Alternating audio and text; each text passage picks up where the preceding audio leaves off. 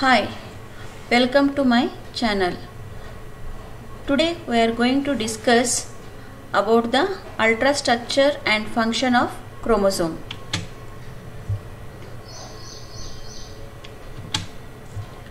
So first we are going to define what is chromosome. Chromosomes are thread-like structure which are typically present in the nucleus and becomes visible during cell division. And the term chromosome first coined by the scientist Waldeyer for darkly staining bodies of the nucleus. So the word chromosome is derived from the Greek word. Here chromo means colored and soma means body. Chromosomes are the carriers of the genes. Most of the chromosomes in a cell are called autosomes. In addition to autosomes, a cell also contains one or two sex chromosomes which carry genes for determination. The next we are going to study about a number of chromosomes. So here generally all the individuals of a species have the constant number of chromosomes. So this number of chromosomes which characterize the species, and the number of chromosomes varies from one species to another, but closely related species usually have similar chromosome numbers. Gametes normally contain only one set of chromosomes, and somatic cell usually contains two sets of chromosomes. Higher plants generally contain 3 to 15 chromosomes in the gametes, and higher animals generally contain 8 to 25 chromosomes in their gametes. So this is about the chart, number of chromosomes in some organisms. So first one is in man the number of chromosome is the 46 and its scientific name is the Homo sapiens. The next gorilla, its chromosome number is 48 and its scientific name is gorilla. The next mosquito, its chromosome number is 6. Onion, chromosome number is 16. Garden peas chromosome number is 14.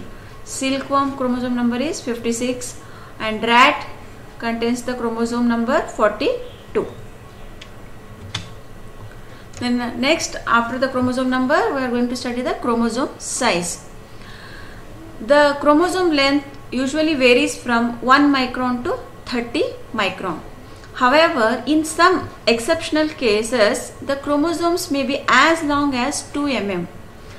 In some species, all the chromosomes may be of similar size. So, such types of chromosomes are called asymmetrical karyotype. Or, if the chromosome species may have different size, are called as asymmetrical karyotype. So, here we are going to discuss about the ultrastructure of chromosome.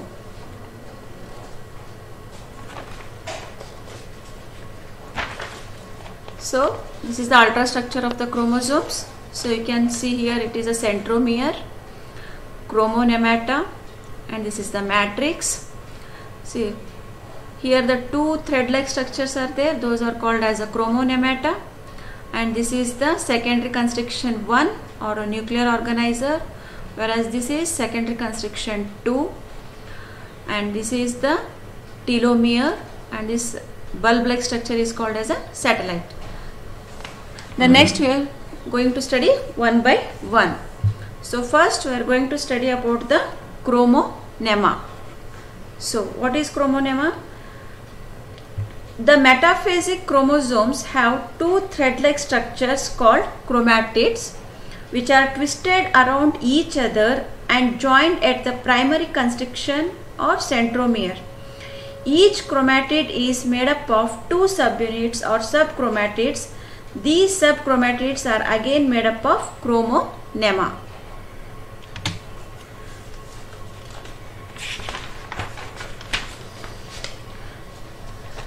The number of chromonema varies from 2 to 32. The chromonema fibrils are coiled around each other in two different ways.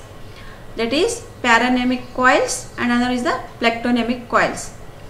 In paranemic coils, the chromosomal fibrils are very loosely coiled and they are easily separable, whereas in plectonemic coils they are very closely coiled and it is not easy to separate. The next we are going to discuss about the centromere or primary constriction.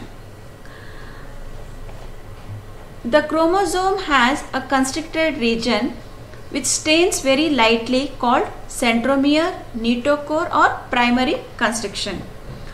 The position of centromere is constant for particular chromosome and is responsible for the various shapes of chromosomes. The chromonema are less coiled in centromeric region and therefore it stains lightly. During cell division, the centromere is functional while the remaining part of the chromosome is generally inactive. Thus, the centromere may contain the genes for mitotic and meiotic activity. The position of the centromere varies in the different chromosomes. So, here depending on the position of the centromere, the chromosomes are categorized into following 4 groups. So, these are the 4 groups of the chromosomes depending upon the position of the centromere. That is, first one is the metacentric, submetacentric, acrocentric and telocentric. So first we are going to discuss about the metacentric. If the centromere lies midway along the length of the chromosomes, the chromosome is said to be metacentric. Thus, in metacentric chromosomes, the 2 arms are almost equal in length, and during anaphasic movement, the chromosome appears V-shaped. It appears as a V-shaped. The next, submetacentric. If the centromere is located some distance away from the middle region of the chromosome, it is called submetacentric. In submetacentric chromosome, one arm is shorter than the other. You can see here, the one arm is longer and another is the smaller. In submetacentric chromosome, one arm is shorter than the other. During anaphasic movement, it appears alphabetic L shaped. Then third one is the acrocentric. If the centromere is very near one end, so that one arm is very small and the other arm is very long, then it is called acrocentric chromosome. During anaphasic movement, it appears like a rod shaped. The next, telocentric. When the centromere is situated exactly at one end of the chromosome, such chromosome will have only one long arm and it is called telocentric. And the telocentric chromosomes are very rare. So these are about the discussion about the metacentric, submetacentric, acrocentric and telocentric.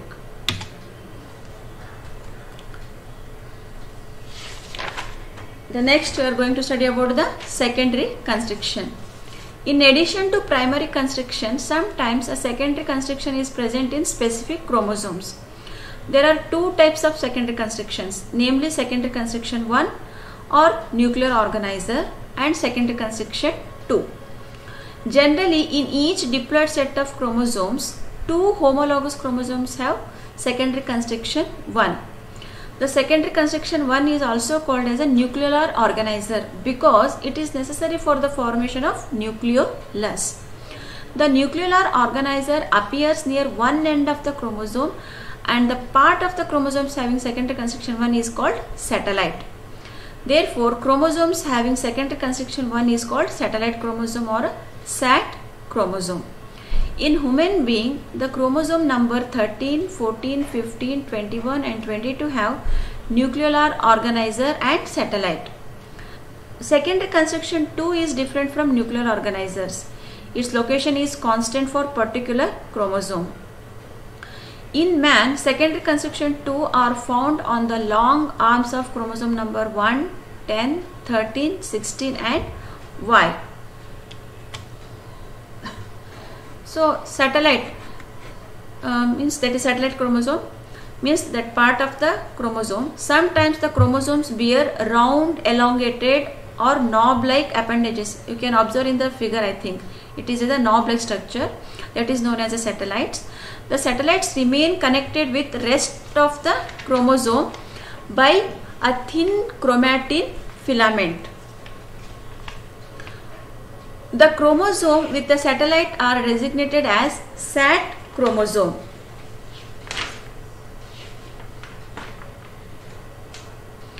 The last part of the chromosome, telomere. The two ends of the chromosomes are called telomeres. If chromosome breaks, the broken end can fuse with each other due to lack of telomeres. The next, about the functions of the chromosome. The functions of chromosome is to carry the genetic information from one cell generation to another. Here DNA is the only permanent component of chromosome structure, is the sole genetic material of eukaryotes.